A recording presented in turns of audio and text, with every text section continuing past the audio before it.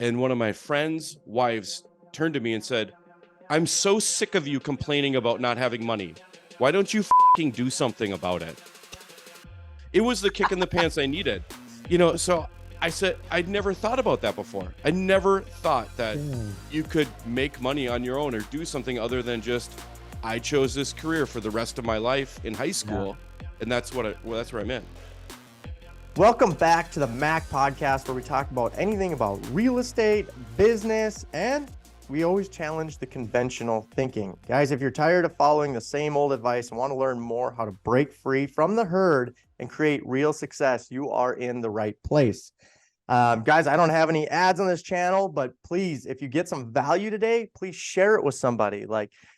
Maybe someone needs to hear this. The only way that this channel may grow is if you share it with somebody, or subscribe to the channel for more content. Guys, today I have an awesome guest, which I'm excited because I think we all struggle with this. He had a W-2 in mental health for a long time. He's a real estate investor for the last 10 years just to increase his income because he didn't make enough at his W-2. And he became an entrepreneurial therapist. He has a #1 bestseller book called Next Level Your Life. And everyone, welcome Chris Schwagerl. Chris. Hey, thanks so much for having me, Mark. It's awesome. It's so great to be talking to a fellow North Dakotan. I grew up in Fargo, so I apologize to your audience in advance because our accents are going to just out-duel each other here. We'll have a up north battle. I was just at a conference, and yeah, they're like, "Are you from up north or Canada?" It's like, pretty close, an hour, couple hours. That's awesome. Yeah, I was just down in Texas, right? And I flew in at night. I wake up in the morning and I go down to continental breakfast, and I feel an arm on my shoulder, and a lady says, "You want some tea, honey?"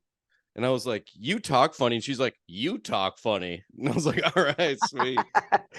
Well, hey, you got to have fun. Otherwise, and from North Dakota, we like to have some fun. And I'm excited, man. So what did you do? How did you get into mental health, like from the very beginning? I just kind of want to hear a little bit about your story. Yeah. So I escaped from North Dakota when I was 13. Okay. So I went to Neenah, Wisconsin. With my folks. I didn't have much say in that move, I guess. And there I noticed that right away, I got a fresh perspective because I was an outsider. And so it just hit me that every single day, the same like 5 or 6 kids got called to the principal's office after school every day. And that kind of started my journey because I was thinking, I don't know those kids. I'm terrified of those kids. They're like the school bullies. But for some reason, I saw through that and had some empathy for them, thinking, I don't think that I want to have those kids' lives. Okay. I don't think most people do. I doubt that they would choose the lives that they live, even though they're the bullies. I could kind of see through some of that and see their fears, see their scared mentality. Maybe home life wasn't great. And for some reason at that time, I wanted to do whatever I could to help them. I didn't hit puberty until I was like 31 years old. So I wasn't going to help these big kids at all when I was like 13 years old and like weighed like 60 pounds. But it was just in my mind about learning how to find strategies and different techniques to help kids like that. So went to college at University of Minnesota here, and I still live in town here in Minnesota. Okay. And went there, studied psychology. I always knew I was going to study psychology. Got a 2nd degree in child psychology, got a master's in social work, because psychology for the most part is about diagnosing disorders. There's something wrong with you. Let's figure it out. Okay. I liked social work more because it was, sure, there's some things that are wrong, but let's focus on the things that are right. And let's get you in some environments where you could thrive, and let's get an ecosystem around you and within you with your mindset, with different therapies, all that kind of stuff that help you be the best you. So that's what got me on my journey of becoming a social worker. And so my first job, I helped those kids, and not those kids specifically, but kids in town here who are on probation for truancy, which is not going to school, so I got paid to get butts and seats. Kids would boost a car, this and that. So I would do different therapies with them. We'd go on different outdoor adventures, things like that. Wow. Moved my way up in the ranks, from working with people experiencing homelessness, mental health crisis center. People want to die but aren't hospitalized. People are going through so much anxiety that they can't make a phone call or leave their house for months. I would help them out. And then my last job was just providing therapy for people in the community for the past 10 years. And so it's just something I've always wanted to do. So that's my journey there. Yeah. Well, I know we were talking about you just happened to get into real estate investing. What led you to that path, and what made you curious about it? Yeah, great question. Looking back, it's like so weird, but I didn't know about this at the time. Now I do, that there's 3 levels to being in social services. This is any sort of psychologist, social worker, nurse, whatever. Yeah. There's 3 layers or 3 kind of steps. First step, I'm going to do yoga in prison with your most hardened criminals ever because my heart and soul is in it. Oh, you're paying me $3.25 an hour. You don't have to, but I'll take it. It's the person who is working to fulfill their heart and soul. They want to put a stamp on this earth, and that's awesome. That was me, and that's a lot of people. Okay. Step 2 is usually when you're around 30, late 20s, 30s, you notice other people are having kids. Other people are getting filthy rich in the construction business, or, Yeah. for me, yeah, for me, it was like I had friends who were architects, engineers. One of my friends was a financial analyst. They're going to Costa Rica. I'm working weekends at a bar to make ends meet. And that pissed me off. Yeah. And that pisses off a lot of people. So step 2 is I'm going to become a supervisor.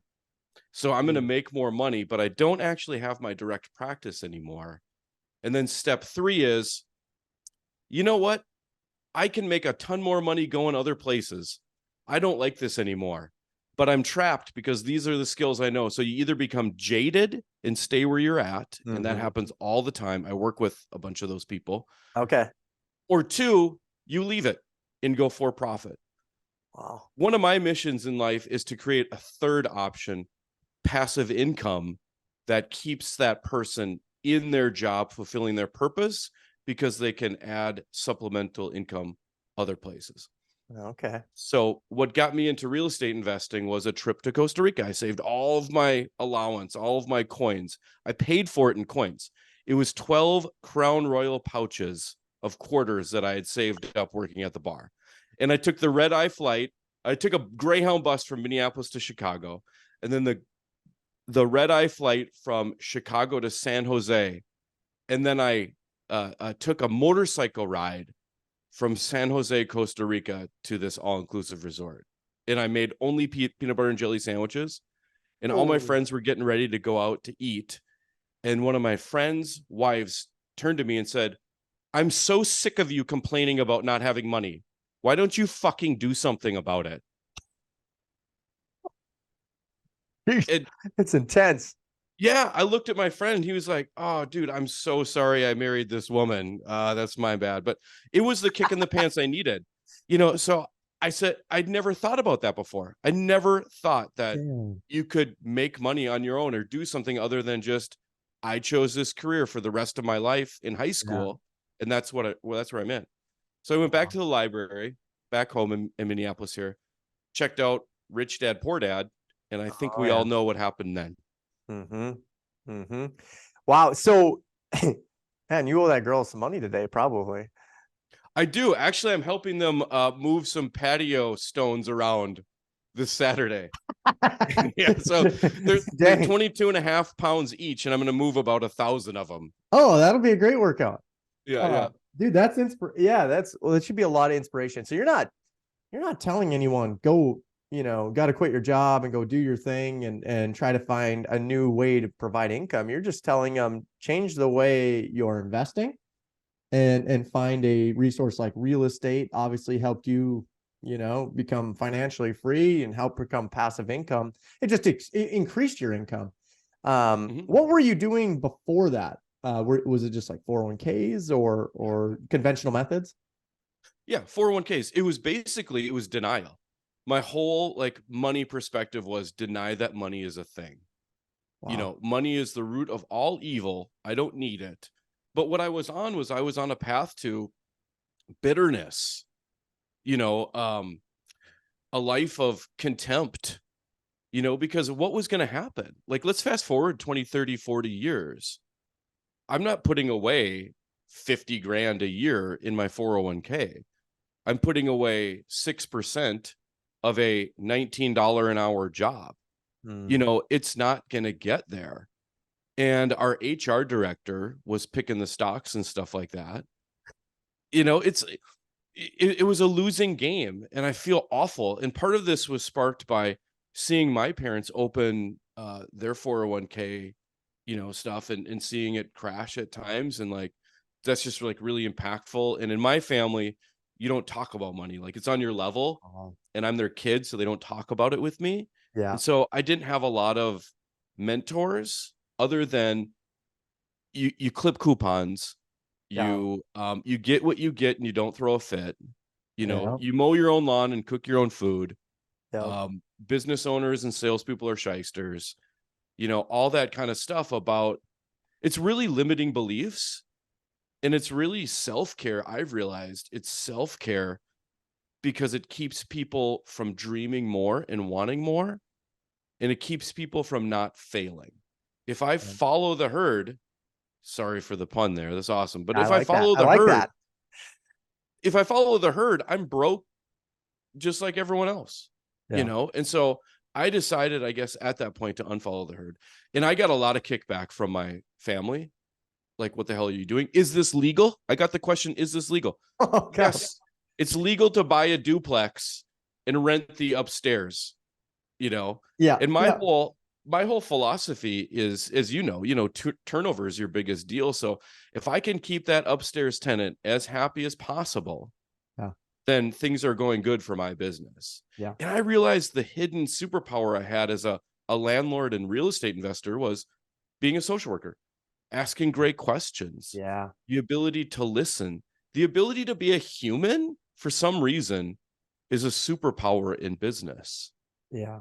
Yeah. No, that is awesome. Yeah. And so that one, that's funny that your parents, you know, they thought it was illegal, but the problem, like you see, is like the parents are the mentors, right? Like what the parents don't know. If I only learned what my dad taught me and what my mom taught me, I'd be clipping coupons.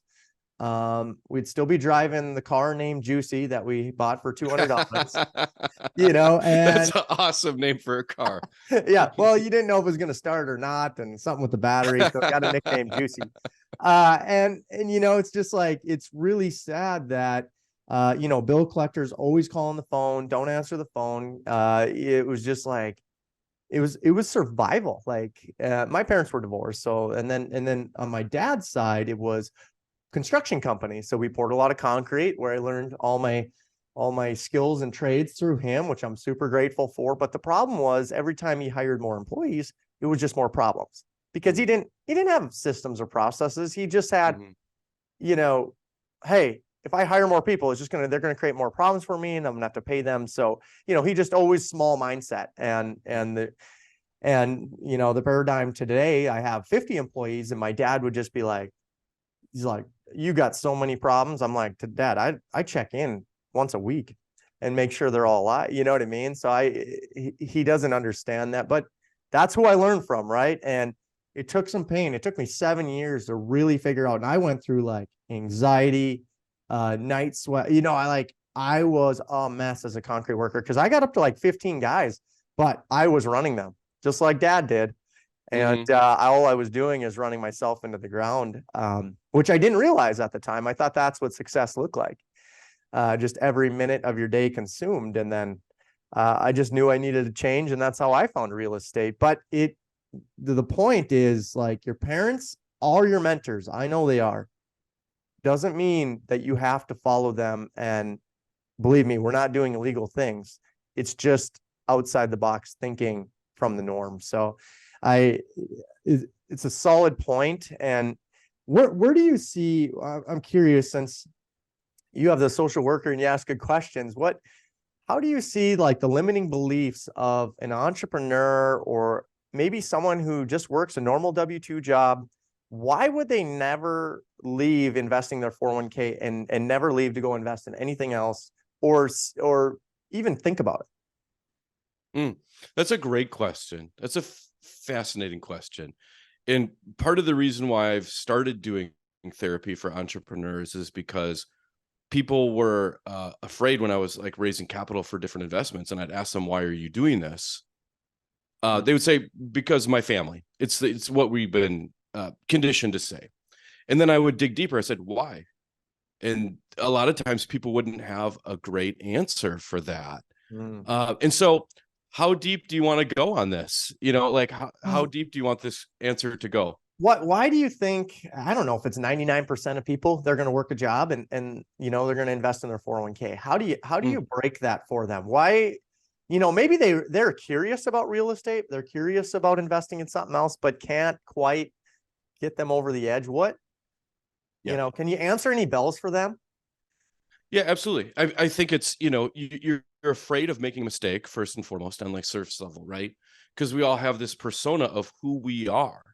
And even though we have an ideal self, that's me on my deathbed, right? I'm going to be awesome. You're going to be awesome. We're all going to be awesome. But we magically are going to get there without effort, is kind of how our psyche works. And then there's our current self, which is usually how we think of our past self, but we're just a little bit older. Like we've talked about imposter syndrome. I get that all the time. I give presentations. Sometimes I'm talking about raising capital with a prospective investor. And what pops into my mind is like trying to skateboard on a half pipe when I'm like 14 years old. Like, why would that guy talk to me? But so what I think people want is they want to not make a mistake because they want to be whole at the end of the day, and they want to feel good, and they want to not have people point a finger at them and say, "You tried to do something different and you failed. Ha ha ha ha." And so part of what I do in my therapy work for entrepreneurs, we've got a STARS method. And the T part of it is we tear apart our internal messages. So these messages that we get from people who were seminal in our lives growing up, mom, dad, grandma, grandpa, uncles, sisters, coaches, they all teach us great stuff. And that's awesome because we wouldn't be who we are and where we are without them. Yeah. But some of the messages that we got aren't serving us. And so it's taking a look at all those messages, figuring out which ones serve us and which ones don't. And what I've found is the people who put in the time and effort to do that usually feel much freer because you say, "Oh, I don't want to invest in real estate. I want to stick with a 401k because I've always taught that, if you go into real estate or business or something, you'll get scammed or a tenant will ruin this." Why? Because great Uncle John owned a place forever ago and never went there, and his hired hand lived there and got drunk and shot the place up and shot the hot water heater, and it exploded, and there was an insurance policy. Every family has these kind of folklores, these traditions that get handed down time to time, and it turns into like SOPs for living, standard operating procedures. You don't Yeah. get into real estate investing because it's a headache. You don't hire 50 people because it's headaches. Yeah. You do it yourself because there's no system on earth that's going to help you manage 50 people. Dare they be happy and productive? And so I think we get a lot of our limiting beliefs by core beliefs of our ancestors and mentors growing up, parents included in family, and they just become internalized. And fighting against them is so difficult because we learn them at such a young age. I notice that with my daughter when I'm talking business budgets with my wife, because she's the CFO of our companies. And just this past week, I'm talking about the budget. We got to redo the budget, and she's in charge of the budget. So, "Hey, babe, how's the budget coming?" "Oh, come on, just back off," because she's feeling internal anxiety because she wanted to get it done, didn't get it done. I'm asking about it. And then meanwhile, my daughter is asking, "What's wrong with the budget?" and we're teaching her a little bit about money. So it's like, Yeah. this isn't a money issue. It's tracking the money issue. So it's, it's pointing out the things that are giving us anxiety. And I'm sure we'll put stuff on her, and she's, going to be laying on the couch in therapy in 20 years anyway, no matter what we try to do. But what I'm trying to say is, we're trying to detail and be transparent about what we're doing and what we're thinking, because we know that it's going to become who she is. Yeah, man, I like that. And speaking of kids, like, they don't learn, I love that you're teaching them about money, and I think it's so important. Like, I just figured out that I could pay my kids and write it off in the business. So I was like, well, I said I have a 9 and an 8-year-old girl, and then a 2-year-old boy. So anyway, I get the 9 and 8. I can get some production out of them. I got one that loves organizing, and then one that loves shooting content with me.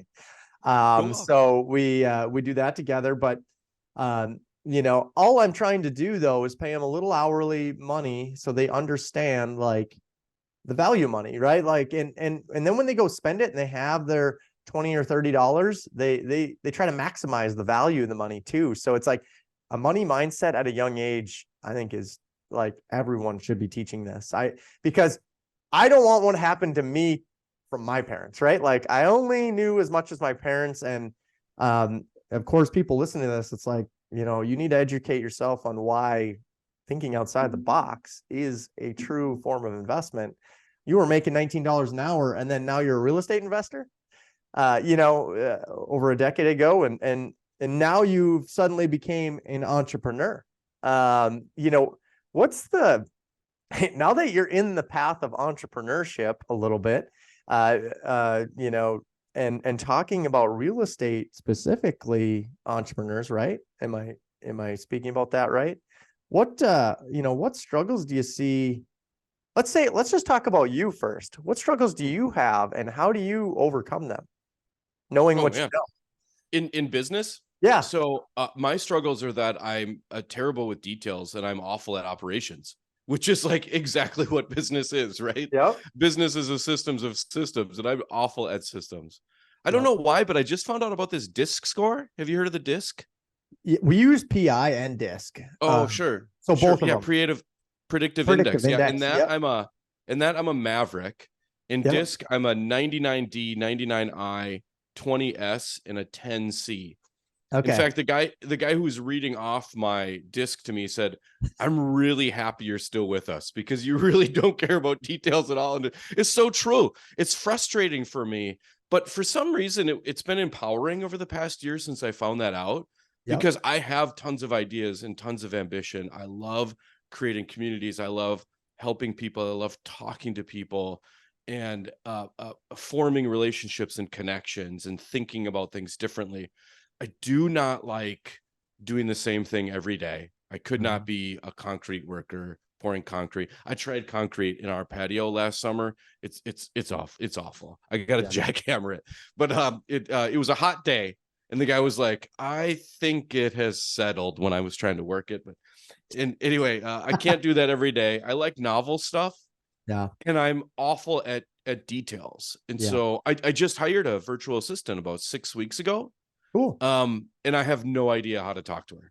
Like, I know how to treat her like a human and talk to her, but I have no idea how to tell her what to do. Because she's like, "Okay, how do we do, LinkedIn posts and your LinkedIn videos?" It's like, well, I wake up, I have coffee, and I'm like, "Oh yeah, Marc was talking about imposter syndrome. Let's do a thing on imposter syndrome."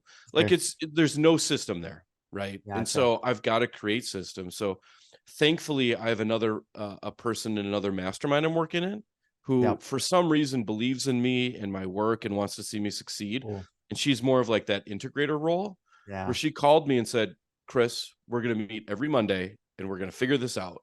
And so I have like a bunch of homework to like figure out like standard operating procedures. And Marc, let me tell you, I could be in a group of guys who are all in prison for killing their wives, and I will feel more at home than sitting down trying to create standard operating procedures. Like, it is so stressful for me, because I'm not wired that way. Yeah. And so my struggle right now, and my opportunity that I'm really hopeful for in the near future here is bringing on some operations, because, you know, we all fall to the level of our systems, as James Clear says. Yeah. I am at a system of flying by the seat of my pants. I Yeah. can inspire people. I can get people on board, but how do we onboard? We don't have a system. Yeah. You know, like, how do we Yeah. deliver deliverables? I don't know. I'll find it and give it to you. So I'm really hopeful and excited about the next level. Yeah. Just to speak, well, you're a visionary, right? Like, I don't, we've ran EOS at our business for 5 Mm-hmm. years now, and, Yeah. or at least 3 or 4 years, maybe, sorry. And, you know, Mavericks are, I mean, exactly what you said, you don't like the same thing every day. Mm-hmm. And you want to keep things moving forward, but you have no idea how to create and pull the ship along. I'm a persuader. It's still in the visionary class of things. I can't create a system to save my life. You know, I can if I sit down and, like, it's painful for me. I'm sure it's painful for you. So, but you need to find a COO. You got to find that integrator. Sometimes that can be coaches. It's funny how you said you hired a VA. So with a VA, for very analytical, detailed people that can push a process to a VA, works phenomenal. If you don't even like process, hiring a VA is almost a complete waste, because they're like, well, what do you want me to do? Mm-hmm. And VAs test your processes really I mean, they test them, and they won't, you know what I mean? You won't get the result you want. You'd be like, dang, what happened? The process sucks. So, you know, we have a lot of people at our company now, and it's not even like a guy who knows my role, but he's very detailed and he understands processes, and he creates a lot of the processes, even though I just have to, like, tell him to him, and then, you know, we start writing it down and getting it out. And yeah, it's an integrator role. Like, I meet with 𝗨ih𝗳cie𝗹𝗹𝗆, much a visionary. He's a master delegator, meaning he doesn't do, you know, he doesn't do anything because he's not good at it leading. You know, he's a good leader and visionary. But he's got a right-hand man that's a COO, who's a captain, which in the PI index is basically, he loves process and he loves driving the ship really hard. And I'm struggling to find, I got to find that person too, Chris. So I've been in this journey for 13 years, but hardcore integrator, I still need, you know, I got one for one of my businesses, but I need it for the other now. And it's a growing thing, but yeah, that's all funny because I struggled with the same things. I hired a VA and she's like, well, what do you want me to do today? I don't know. Do what you did yesterday, I guess. I'm really not sure. Yeah, it's like, I need you to get in my brain, think exactly what I need you to do, and then, like, do that. Like, we're probably not far off from that. Like, think about how cool that would be if, like, suddenly, like, we both wear these, like, Professor X hoods, and then AI, like, transfers the information, you know, but it'll probably get hacked. What's that? You don't have that as a therapist? Is that like technology coming out? Yeah. No, we just give hugs and people are fine. Yeah. And then we don't get what we want, and then we're pissed. And then Oh, yeah. I have to end the session with telling you exactly what you want to hear so that you come back. Yeah, so you come back. Yeah. Well, good. Well, that's great. Can I ask you a question about your search for an integrator? Yeah. Because I find that fascinating, because you're someone who I admire and look up to in terms of, like, business operations. Yep. And here you have 50 employees. I mean, you're killing it, man. And you're growing. Yeah. Like, you're not 50 employees and you used to have 100. Like, you're 50 and used to have 5. Like, you are right. Like, going up there, man. And so, like, how do you keep going without an integrator? And how do we find these integrators? Because by nature, they have their pencils down doing work, and us loud, boisterous visionaries are out there doing stuff, needing this integrator. So how do you find one? And then how do you work with them once you get them on board? Yeah. So I should say I have Mac Construction is obviously like my original company I formed 13 years ago. And we have like a general manager that runs the whole ship. And then we have good people underneath him, project managers and VPs and stuff. And they're all integrators, you know, they are operational mindsets. So I shouldn't say I don't have any. I'm looking one because as I buy more businesses, as I buy more real estate, it's all the nitty gritty details. And as you get more investors you know what I mean? You got to have a guy that's very detailed and kind of driving to push to grow the ship on this side as well. And I'm just speaking like Mac Capital and where we develop more properties and buy more properties. So I'm trying to look for a COO to really drive that ship on this side, more of a global, you know. So Ryan Pineda has several companies. He's the visionary, but he has Javi who runs all the companies. But every company still has a operator, you know, that you know reports up to his COO. So Sure. I think it's just as I keep growing, I realize that if I want to own more businesses and not have more problems, I'm going to need that COO. Oh yeah, that makes sense. The So person who tells all the other managers, like, here's how we're going to do things, and here's how we manage things, here's how we manage the details. That makes perfect sense. yeah, And I totally get that with Mac Capital, because you know there's so much with onboarding investors, reaching investors, communicating to them, yeah, communicating to tenants, communicating to, you know, insurance companies, all that kind of stuff. Like, that stuff makes me really sweaty. oh yeah, You yeah, know, and yeah, so that's awesome. I can definitely see the need for having someone who understands all that stuff. And yeah, funny story here, the person who is my volunteer integrator, yeah. I was telling her how I hired a VA for 15 hours, but I can't seem to find work for her, even though I'm like struggling, you know. And we're going through the business, and she said, I don't even think we'll need the full 15 hours for the VA. And I'm like, oh, I hate/love you, because that's awesome work. You Yeah, know, it's so great. yeah, Yeah. yeah. Well, it's hard to hire now too, but you gotta. I think the more that you're on social media, you'll find people. So like Ryan Pineda, how he found all of his integrators and operators is literally through social media. They've Oh. liked him, they followed him, they know his personality, they like his culture. Mm-hmm. And it helped him find that integrating person. And that's kind of helping me today. So at some point, you know, I'll market this heavier, and then I'm looking for a COO and to reach out to me. So I just haven't marketed it yet, but Mm-hmm. I'm hoping to pull that person from my social media because they know who I am as a person. They know how you know I fit, and they know that I love real estate and construction and the things that in investing. So it's just yeah. So that's how we pulled everybody, and it worked really well for him. He's got a great team. So That's I'm learning amazing. from And him. we were speaking about limiting beliefs earlier, and you just pointed one of mine out, that you wouldn't use social media to find someone to hire, but Yeah. social media is the new resume. And social media, you get a behind the scenes look of how this culture is gonna Yeah. of your company is gonna run. Because I think we've all taken a job where you're like, what's it like to work here? Oh, it's great, everyone's super happy. And then you arrive the first day and you're like, I was lied to.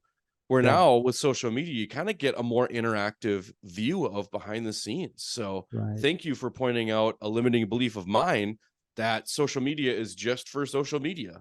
Yeah. No, it's for hiring and creating culture and all that kind of stuff too. So that's great. Yeah. So I'll see you on Instagram soon too. Then doing Oh video. yeah, Insta. I'm on Insta. Yeah. Um, um, well, how is your, you know, who can you help in your business today? I want to talk more about that and more about, you know, mental health as an entrepreneur is like such a huge topic because our minds are, it depends on the day, depends how many punches in the face that week. Mhm. You know, what can you do to help people and how do you do that? Yeah, great question. Thanks for asking. And I think a lot of us entrepreneurs have a lot of pressure on us. You talked about night sweats. You talked about, you know, anxiety. I've been there too.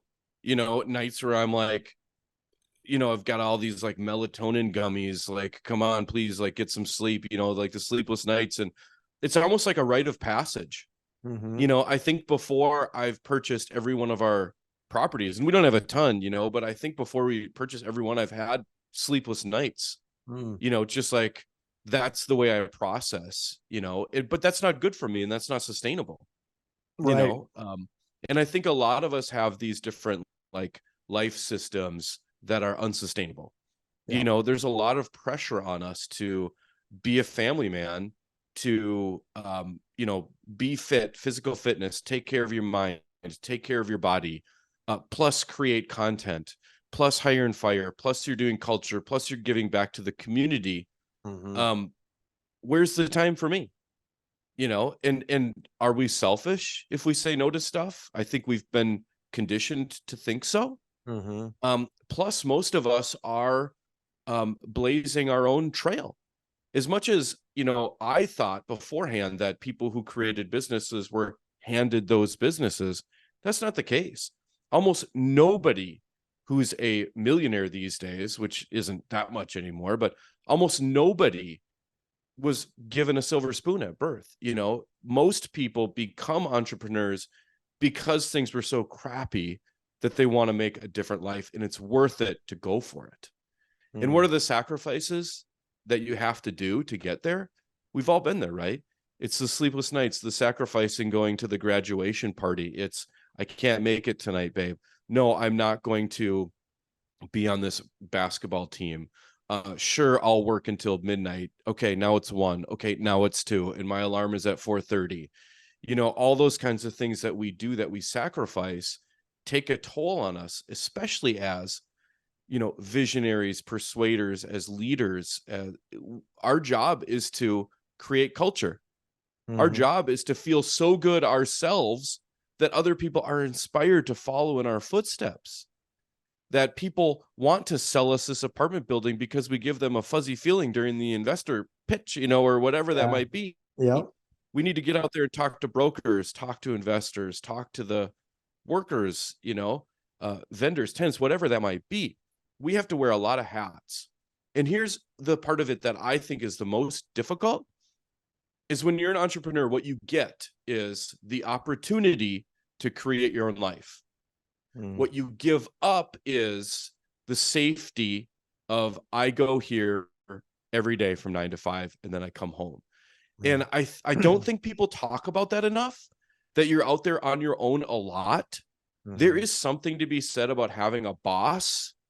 As much as bosses get ragged on, what they do is they give us structure in our lives.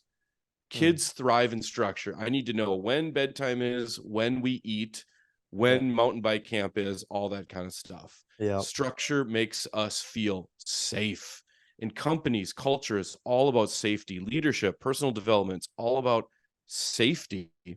And so I'm sorry, I'll end my rant soon here. I'm very impacted by this. Yeah, no, I want to hear. Because what I think is we have to blaze our own trail. And it's awesome.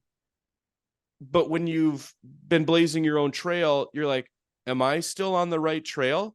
Like, you're the one holding the machete in front of the jungle. You can go in the wrong direction a lot. And people will follow you in that wrong direction until they start to figure it out and there's a mutiny. And it's just a difficult role to be in. And so I think, like, tending to mental health, and I'm not even talking about coaching, I'm not talking about mindset, I'm talking about mental health, man. Yeah. I'm talking about therapy issues. I'm talking about, what do you do to control negative thoughts? How is your self-talk looking? What's your vision for your life? Are you on it? Are you not on it? It happens all the time where we get off our vision, where we're just kind of going through the motion. What's giving you juice? What's giving you mojo? Who's in your corner? What are you doing? Where are you spending your time? What are you avoiding? There's so many things that an entrepreneur thinks about every single day. It's amazing we get any sleep or fun time or time to create content or brag about the cigars we're having on LinkedIn. It's and that's what you see, right? And so social comparison is huge, because we have all these mentors, all these people we admire, but we see their on stage, and I only see my off stage dressing room getting ready. I'm like, I could never do that. But you can. The reason why you can't is because you're not doing it. It's really the only reason. We all have gifts. We all have talents. We all have something special burning inside of us. Who dares figure that out? I want to talk to that person and help that person get to that next level. And the way I do it is, I've got group and one-on-one stuff. We've got a STARS method. So basically what we do is we take a look at, what are all the messages that you have right now? Who are you right now? We go back. The T is tear apart, all about those limiting beliefs and those core values that you were taught growing up. And then we go to the future, and what we do is we think about your funeral. We talk about your ideal self, who's going to be there? What are people going to say about you at your funeral? We step into the afterlife and we talk to God and we say, hey, God, how did I do? And then we go back and we take a look at the people who gave us messages growing up, and that kid we were growing up, internalizing all those messages and giving that kid permission to say, you don't have to do that. You don't have to do that. Things are actually different. That's not true. This person loves you and they want to keep you safe. This is why they're saying it, but you can dare to do something different. And when that happens, we found that there's like an authenticity that just explodes. Like a guy I'm working with right now. Yeah. Didn't mention this at all. We've been working together for maybe 8 weeks. Didn't mention it at all. So we're working together because he's got 5 businesses and he wants to expand these businesses and do more and create a culture of like fun and happiness, because that's what the businesses are all about. They're all about like short-term rentals that are like Instagram worthy, So creativity is huge. Never mention it all. All of a sudden we're logging on for one of our sessions. He's like, by the way, I met a babe. I was like, oh. So you wouldn't believe what happens when you are authentic. And you can read every book you want, and you can watch every YouTube video about being authentic and being yourself. And please do. What I do is I help people go through those processes and add some context to all that content. Yeah. Does that make sense? Yeah, no, for sure. I think it's such a, I was 7 years in business and my mentor was still my dad. I only knew what I knew, right? And I didn't realize that at some point in business or in life, you have to change mentors. I had to reach out. It was uncomfortable. It was the first time that that was around when I had all these anxieties, and it's kind of like yours. It's like you help them push through those limiting beliefs, which I get lots of weird thoughts in my head. You know what I mean? Like they come and they go, they can be negative. I am an optimistic person, which I think is a good trait. I think just as visionaries like you and I, we are more optimistic. We think the future is going to be brighter. My dad, unfortunately, is more of a pessimistic. He always, he's always shorting the stock market or negative, and, a couple things that I think a lot of that stimulates from the news. A lot of the boomers were always watching the news, and it's like, if you want one positive thing to improve your life, stop watching the news. Like, don't even listen to any of it.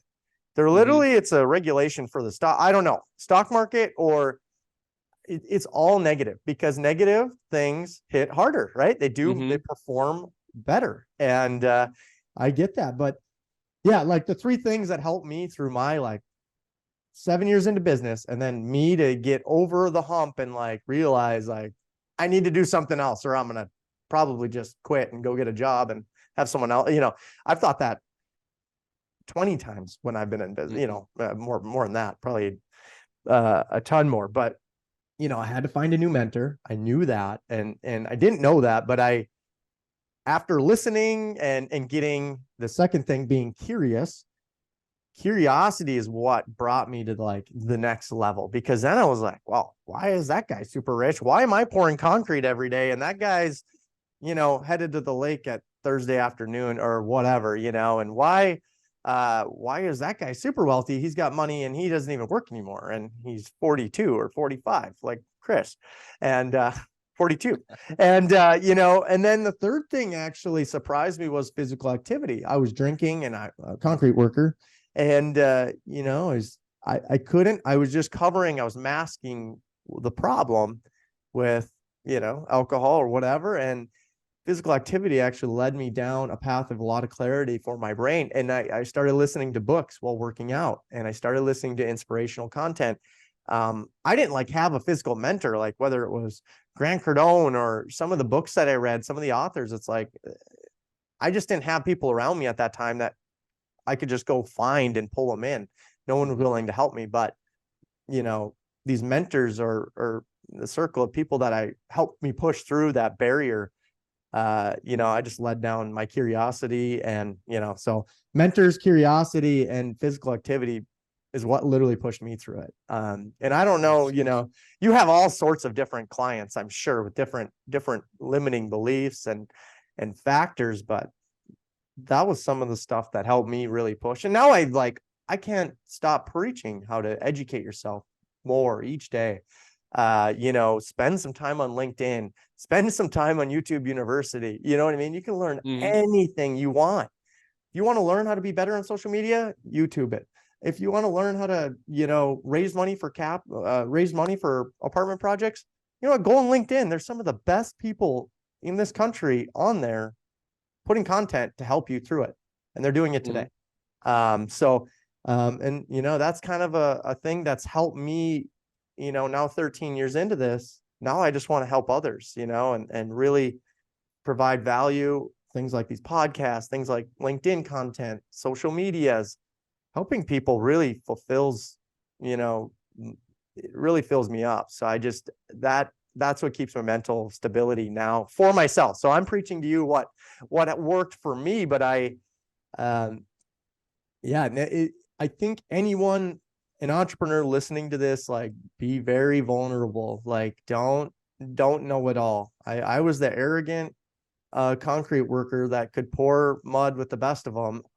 But that didn't get me anywhere. And I regret those 7 years and not reaching out to someone bigger or helping, finding someone. So I just don't want them to go through the same path. So I think, finding a guy like Chris and to help push you through, it's, we can do anything physically. We can do anything we want. It's all right between our ears, though, is where the limit really is. So that's just some of my story about, how I faced that. But I don't think this is talked about enough, especially in the entrepreneur. Mark, that was beautiful, man. I mean, that was awesome. Part of me is mad because I think you're trying to steal my job, but no, I think it's fantastic, man. Yeah. I love that. I love that you figured it out, like what works for you. And I love that you're spreading that message. I once saw a quote that said, like, the pinnacle of business is 3 traits: be generous, be curious, and be humble. And I think that you are, like, stepping into that, man. Yeah. Like, you're becoming that wise old owl. It's fantastic to see. Yeah. I mean, you clearly are curious about learning more. You're generous. I mean, look at us right here. You got me here talking about this stuff. You're sharing your own story. Yeah. And be humble is embrace who you are and who you are not, because it's true. It's reality of it. And I've had a lot of those limiting beliefs too, going to, like, syndication masterminds. Yeah. I've got 4 doors, and I'm stepping into a syndication mastermind. Like, how dare I? Yeah. And I know in my head that you should be the dumbest guy in the room, right? How many times have we heard that quote? Be the dumbest guy in the room. Yeah. Well, it is hard as hell to be the dumbest guy in the room. And it is really hard to be the smallest fish in a huge pond.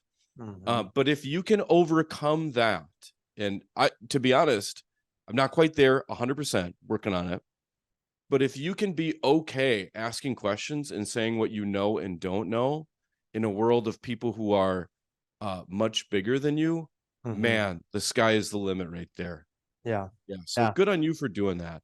Yeah. And one plug for physical activity here is all the antidepressants and anti-anxiety medication that gets prescribed to people. And I don't do that. I guess I can say my opinion here. We're not like, no, say it as it is, man. Any sort of work is, I'm anti-medicine, man. Yeah. I'm pro food. I'm pro vegetable. I'm pro sweating.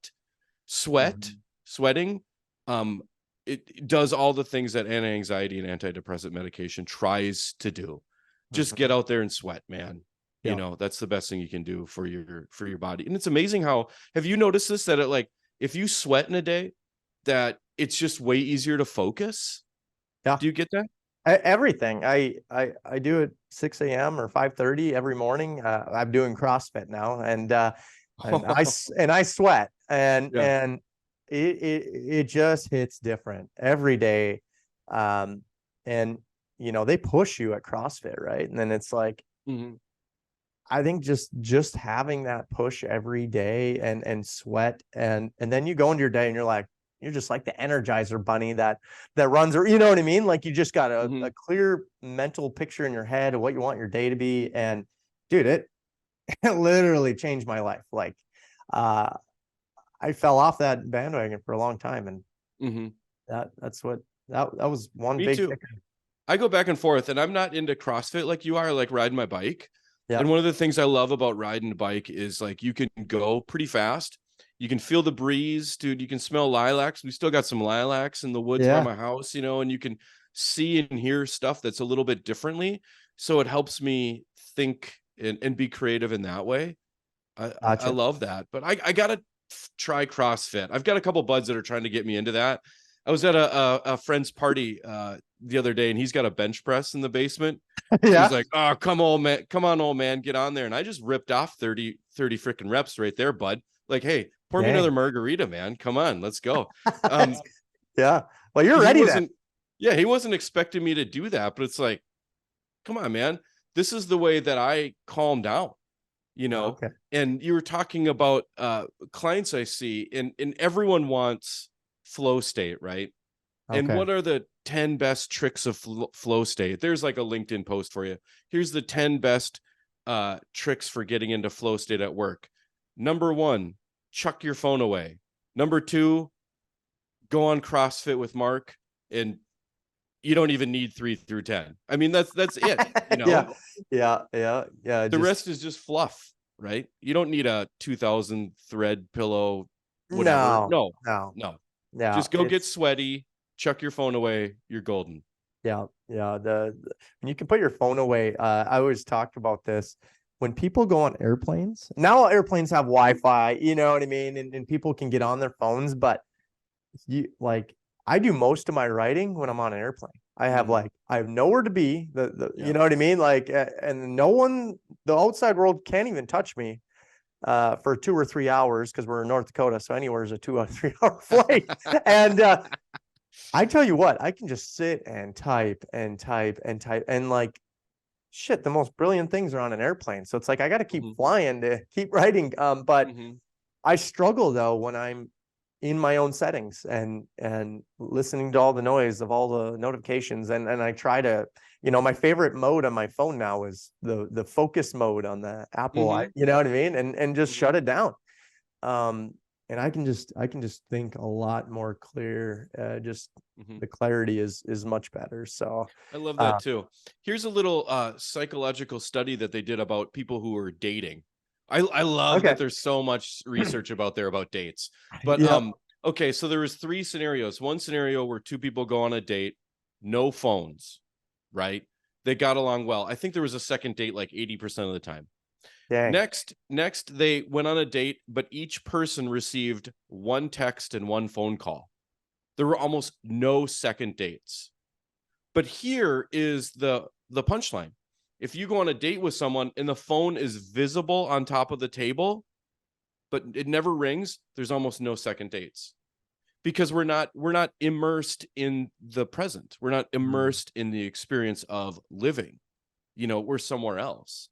And so I love airplanes too. I love road trips for getting away and like thinking. That's kind of one of my things. I love driving, even by myself. I love driving long distances. I think that's great. Anything you can do where you're getting yourself in an environment where you literally can't communicate with others is really cool. It's like the adult version of like building a fort in your living room. Like no one knows I'm here, and it's super fun. Well, my listening skills are probably not as good as yours, but that's one of my traits of being present. Like I have to do that, because if my entrepreneur, visionary, so our minds are always thinking about the next thing. So it's crazy to me that you are as good a listener as you are, but you're a visionary. So I know that you know what I mean? I know that you're thinking about a lot of things. But you can be very present. So I struggle with that. That's one of my weaknesses. On a podcast like we're on today, though, it's just you and I. Everything's on focus. Nothing's gonna bother me. And that's what I've loved about doing social media. Actually, I can turn my phone on focus mode quite often and just sit and do my thing. So it helps a lot. But yeah, that is interesting. I'll have to let some of my younger concrete guys know that that's a factor when dating. Yeah, absolutely. So yeah, they're concrete guys, so they probably drink C4, maybe like these C4 Skittles flavors. So Yeah. yeah, have 2 of those, put your phone away, you're golden. Yeah. Yeah. I got it. All right, Chris, I got a few questions for you. Yes, sir. To wrap this thing up. What is one of your biggest fears? Oh man, you went right there, huh? Yeah. Yeah. I had to go deep right away. I think my biggest fear is probably that my family falls apart.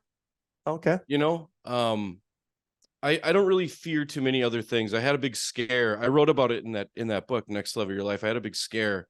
I had a real shitty afternoon about 7 years ago. I had a newborn. She was 3 months. My wife was going through terrible postpartum depression. Was crying all the time. Was wanting to die. And I went to the doctor, and I was diagnosed with chronic kidney disease. And I was handed a pamphlet, and I was told that I would have probably 10 years until dialysis and maybe 15 or 20 until I was in the box. And then I went and picked up my newborn from she was 3 months from daycare, and went home, and my wife was like, I want to die. And so I was like, that was a shitty afternoon. And that like changed me big time. Because before then I was like a type B guy. One of the blessings of that afternoon is I got an incredible amount of ambition and focus and clarity about who I want to be in my life. I think before that point, I could have gone a number of different directions. We were just starting with real estate investing, and after that I went like full on into it. And so like I went into hero mode, right? I wanted to protect my wife, protect my daughter, protect me at all costs. And now I don't have kidney disease somehow. I beat it. Listening to your doctor. Yeah, listening to your doctor is good. And so I changed my diet like all around. My wife has been in like full recovery for several years. You know, my daughter, she's at mountain bike camp right now, killing it. Dad, we're hitting the tube today. You know, it's like, all right. So, I mean, things are great. But I still have that worry in the back of my mind at times that things are going to fall apart, or that things can fall apart. Yeah. And whenever I kind of like take my foot off the gas, which is what I'm working on in life, that's what my therapist is trying to get me to do, is to like have moments of like quiet pride where I'm like, look at what I did. This is awesome. Yeah. But it seems like every time I take my foot off the gas, I get this feeling like, you better put that foot back on the gas, bud. And so that's a big fear of mine right now, is that my family will fall apart. Yeah. Oh, that's deep. That's great. Great story. Great ending. One last question for you. I'll leave it easy on you. What does unfollow the herd mean to you? Oh, yeah. I mean, we talked about it a bunch. It's great. Yeah. Unfollow the herd means, hey, do your own thing, be you.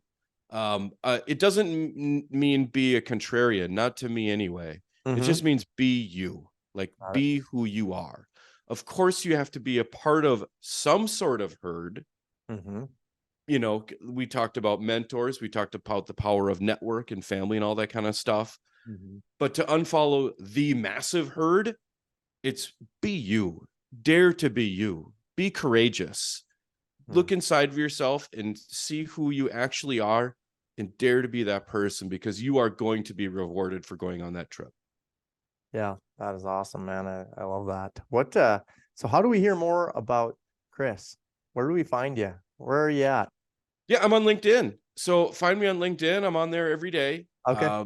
I talk about therapy for entrepreneurs. I talk about the psychology of money. I talk about the psychology of achievement, overcoming limiting beliefs, all that kind of stuff. And so, yeah, hit me up there. Find me. Let me know if you like this stuff, or send me a hateful DM. Yeah. Right. It's not always hateful. No. And when did your book come out? My book came out in January. So it came out about 6 months ago. Yeah, it was crazy. So I was asked to write a chapter in this, talk about sharing your story. I was at a convention, the littlest fish in the world, and I had lunch next to Kyle Wilson, Jim Rohn's longtime partner. Had no idea who he was. Was just kind of like shooting the crap with him. And he's like, tell me your story. I was like, well, I'm a social worker turned real estate investor. It's not really that big of a deal. I'm not that intriguing of a guy. And he's like, holy crap. Will you write a chapter in this book? It's like, sure. And so I wrote a chapter, which was harder to do than you think. So people who write a whole book, holy cow, like hats off to you, kudos. That is hard work. Yeah. And then, you know, I'm not the only one who was in the book. There's about 30 other co-authors. And Okay. it's books about, or stories about inspiration, about overcoming obstacles, things like that. And it went #1 bestseller in like 12 different countries or something like that. Like, it was just crazy. Right. Yeah. No, I'm gonna buy that, baby. I gotta go find that. And that's on Amazon. Yeah, it's on Amazon. You can find it there. Okay. Just type in Next Level Your Life. It's there. And then if they want to work with you, is it 𝗨𝗵𝗳cie𝗹𝗹_𝗨? Yep, 𝗨𝗵𝗳cie𝗹𝗹. It's interesting because 𝗨𝗵𝗳cie𝗹𝗹 is all about real estate investing for mental health experts. But lately I've been dipping into mental health support for entrepreneurs. So it's like a mutual thing, you know, like let's get mental health people passive income. Let's get people who create passive income more mental health, so we can like all, you know, all the ships can rise up. So yeah, find me there. I'm doing a growth group right now. It's like our beta test growth group. Yeah. And so we have a waiting list for our group coming up in September. And so I'm excited to share that with people, because I think we can really change some lives. Yeah. No, I love it, man. I think, I love how they're working backwards. You know what I mean? Like, entrepreneurs also need the mental health. And, man, I appreciate you. Yeah. I appreciate you coming on, and maybe I was asking, I could have asked you more questions, and you could have probably asked me more questions, but this is a good, I think a lot of people struggle in this area. And I think, I don't know. I think you're gonna end up changing some lives, even by the end of the year. You already have some groups growing, and a September group. So guys, if you are interested in one of his programs, reach out on LinkedIn or 𝗨𝗵𝗳cie𝗹𝗹_𝗨, and he'd be happy to help, I'm sure. Chris, thanks so much for joining me. We're here to make lives. Yeah. Thank you, Mark. Thank you so much for having me. But dude, I feel like we could talk forever. Yeah. This was awesome. Very nice talking with you. We went longer. I only had one podcast. I was like, I am super curious about this topic, because I just think it's a huge space, and it's not saturated. There's not enough help in it, you know, and there's a lot of people out there struggling. So yeah, absolutely. And here's my spiky point of view about this space is that you're right. There are the need is huge, but it's hard to raise your hand and say, I need help with this. Right. So it's just like pushing out content, helping people as much as we can. But my spiky point of view on this is, it bugs me when people are like mindset coaches. And maybe it's my own limiting beliefs, because like, dude, I've got a ton of student loans, and I went to school for like 18 bajillion years, you know, to like get the credentials to know how to take someone apart and put someone back together. And so I think there's a little something different that I'm doing, which is a little deeper than a lot of other coaches. I got it, man. We might even work together here soon too. It's always a struggle. I think for any entrepreneur, they need to be vulnerable. I wish I would have done it earlier in my career. It would have sure helped me boost. I don't even know where I'd be. It's like the 7 years I regret. I did a lot of good things those years, but I should have had my mindset right. I could have grown even faster. So well, you know, if there was a conflict theory psychologist right here sitting next to me, that person would probably be like smoking a pipe and being in a trench coat. They'd be like, well, Mark, you needed those 7 years of conflict to push you to where you needed to be. So be grateful for that. Yeah. You know? Yeah. It's all the journey. And I had a lot of, I learned a lot. It's like, you don't regret it, but it's like, I knew the one thing that was holding me back. I didn't know that, but I wish I'd have known that. So thanks so much, Chris. I appreciate having you on, man. Thank you for having me. It was a real pleasure, Mark. Yeah, all the best to you. I love watching you grow, and I admire your company so much. All right. Thanks, man.